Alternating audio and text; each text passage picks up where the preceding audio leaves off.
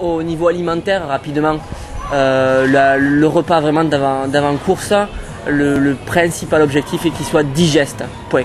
C'est des choses qu'on a l'habitude de manger, qui passent bien et qui ne vont pas rester sur l'estomac en début de course. Donc habituellement on parle d'une règle de 3 bonnes heures avant le début de la course, de finir de manger, et ce qui permet une digestion optimale sur des aliments classiques.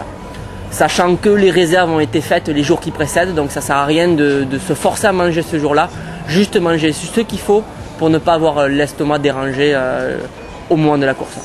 Bon, déjà, juste pour la veille, la veille, il vaut mieux faire un petit footing tranquillement, ne serait-ce que pour si on a voyagé pour venir jusqu'à Toulouse, pour évacuer le stress, pour évacuer la fatigue du trajet. Quant au jour même, le jour même, ça va peut-être dépendre aussi des conditions climatiques.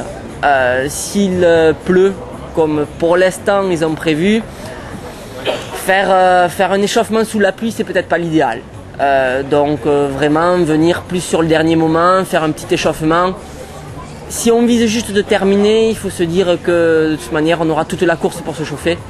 Moi j'ai essayé de repérer un peu le parcours à vélo, mais surtout le nord, pas trop le centre-ville. Mais la plus grosse difficulté que j'ai trouvée, c'est la montée sur le pont des Catalans.